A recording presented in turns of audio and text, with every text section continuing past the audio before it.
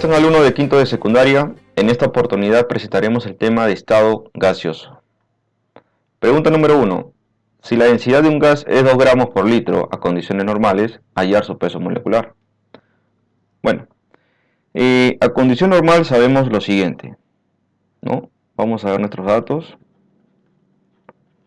Tenemos la densidad del gas, 2 gramos por litro. A condición normal, bueno, se manejan los siguientes términos, ¿no? Que la presión sería una atmósfera, la temperatura sería 273 grados Kelvin. Y también sabemos que una mol a condiciones normales es equivalente a 22.4 litros. Lo más conveniente sería trabajar en función a la cantidad de moles en condiciones normales. Decimos 2 gramos por 1 litro. Multiplicamos por un factor de conversión. En este caso decimos, bueno, como quiero gramos por mol, aquí sería 1 mol a condiciones normales es equivalente a 22.4 litros. Si verificamos, los litros abajo y arriba se eliminan. Me van a quedar en la unidad de gramos por mol. 2 por 22.4 nos daría un resultado de 44,8. La unidad sería gramos por mol. Por lo tanto, la respuesta correcta sería la alternativa D. Pregunta número 2. 35 litros de cierto gas que se halla a menos 13 grados Celsius isobáricamente, bueno, la parte de isobáricamente significa que la presión justamente aquí es constante, ¿no? Su volumen se expande hasta ocupar 80 litros. ¿Cuál es la temperatura final de gas en la escala centígrados? Bueno, de nuestros datos tenemos los siguientes datos. El volumen inicial es de 35 litros. La temperatura inicial es de menos 13 grados Celsius.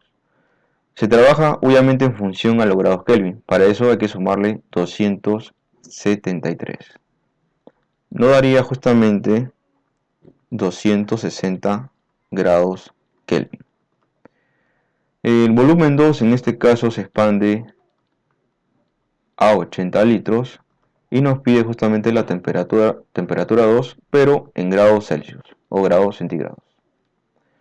Bueno, nosotros aplicaríamos la ley, en este caso general de los gases, donde nos dice que si la presión obviamente es constante, nos quedaría que el volumen 1 y la temperatura 1 son directamente proporcionales, igual el volumen 2 y la temperatura 2.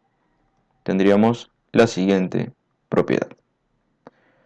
Reemplazando, volumen 1 sería 35 entre la temperatura 1, 260, es igual volumen 2, 80 entre la temperatura número 2. Bueno, este pasaría aquí a multiplicar o viceversa. El 260 pasaría a multiplicar al 80. La temperatura 2 nos quedaría de la siguiente forma. 260 por 80 entre 35. La temperatura 2 nos daría un valor de 594,2857 en grados Kelvin. Pero si nos piden justamente que la temperatura se trabaje en grados Celsius, entonces tendríamos que restarle, en este caso, 273. Por lo tanto, la temperatura 2 nos daría un valor de 321,285 grados Celsius o centígrados. La respuesta sería la alternativa B. Pregunta número 3. ¿Qué masa presenta un recipiente de 298 mililitros con, en este caso, CO2 a 25 grados Celsius y 1,23 atmósferas? Muy bien, vamos a ver nuestros datos del problema. Nos pregunta la masa, nos dan el volumen, 298 mililitros. Bueno, aquí tendríamos que convertirlo a litros, ¿no? Entonces multiplicamos por un factor de conversión. Sabemos que un litro es equivalente a 1000 mililitros. La unidad de mililitros se van, por lo tanto el volumen me daría, en este caso, un valor de 0,298 litros. Nos dice que la temperatura se encuentra a 25 grados Celsius. Si le sumamos 273, nos daría un valor de 298 grados Kelvin. En el tema de la presión, nos dice equivale a 1,23 atmósferas. Bueno, si nos da el CO2, entonces podemos calcular la masa molecular de CO2.